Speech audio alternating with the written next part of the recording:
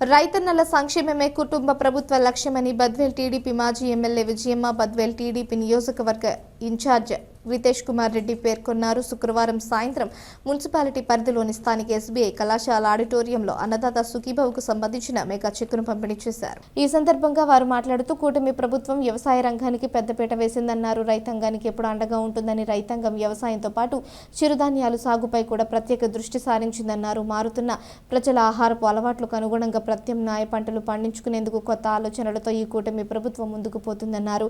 ఈ కార్యక్రమంలో టీడీపీ ముఖ్య నేతలు, కార్యకర్తలు, పెద్ద ఎత్తున రైతులు పాల్గొన్నారు.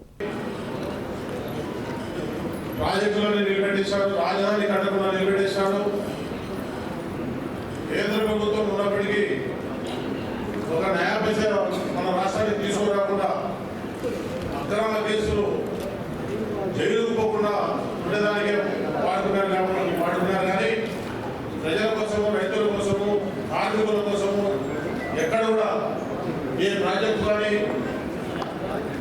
రైతులకు అవసరానికి కావాల్సిన ఎరువుల కోసం కానీ కేంద్రం నుంచి మాట్లాడిన పాపాన గత ప్రభుత్వం పోలేదు.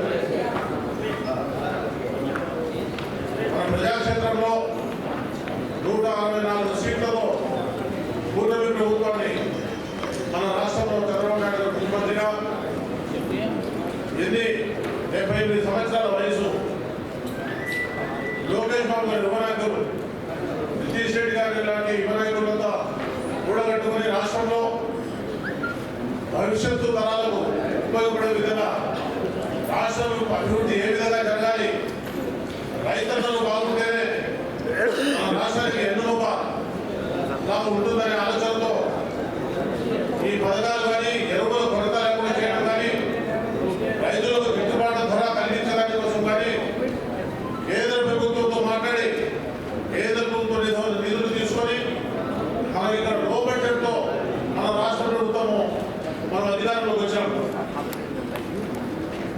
సంపదను సృష్టి, రాజధాని కట్ట, పోలవరం ప్రాజెక్టు కట్ట, రైతులకు నీళ్ళు అందియాలి, రైతులకు ఎరువు కొరత రాకుండా చేయాలి.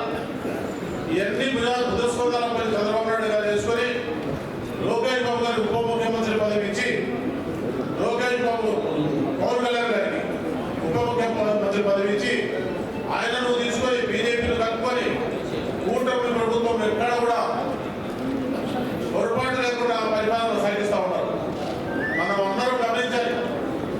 గతంలో 5 సంవత్సరాలు ఏ విధంగా పరిపాలన జరిగింది రాష్ట్రంలో.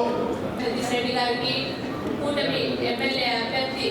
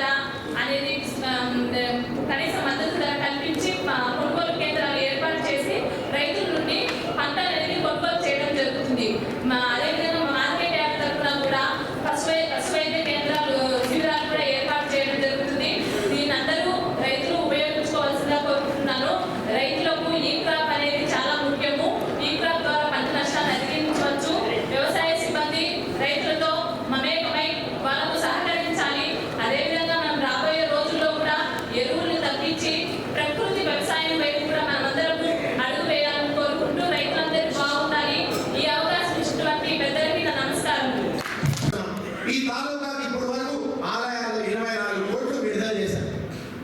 CGF కానీ అనేక విధానాలు. అందుకే ప్రతి ఒక్క దైవం అనేది అందరికీ ముఖ్యం.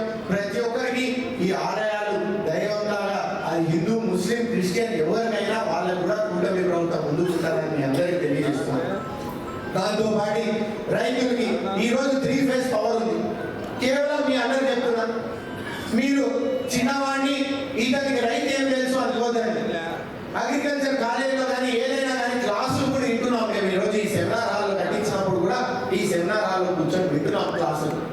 వాటిలో త్వరలో ఒక విధానం తీసుకొని వచ్చి ఈ అగ్రికల్చర్ స్టాఫ్ కూడా కొన్ని పల్లెలు ఎక్స్టెన్షన్ యాక్టివిటీగా మీ రైతులతో వచ్చేదానికి ఒక విధానం మేము రూపొందించాం. మీతో పాటు సహకారంతో ముందుకు వస్తాం. వచ్చే ఏప్రిల్ నుంచి అనేక కార్యక్రమంగా ముందుకు వస్తాం. ఈరోజు ప్రాసెసింగ్ ప్లాంట్ పెట్టాలి. ఎందుకు మీ అందరికీ తెలుసు, బియ్యం అమ్మేది ఒక ధర అయితే మనం బొరుగులు అమ్మితే కేజీ బొరుగులు 20 రూపాయలు అమ్ముతున్నాయి. అంటే మనం ఆ విధంగా ఆడించి విధానంగా చేస్తే రేట్లు పెరుగుతాయి.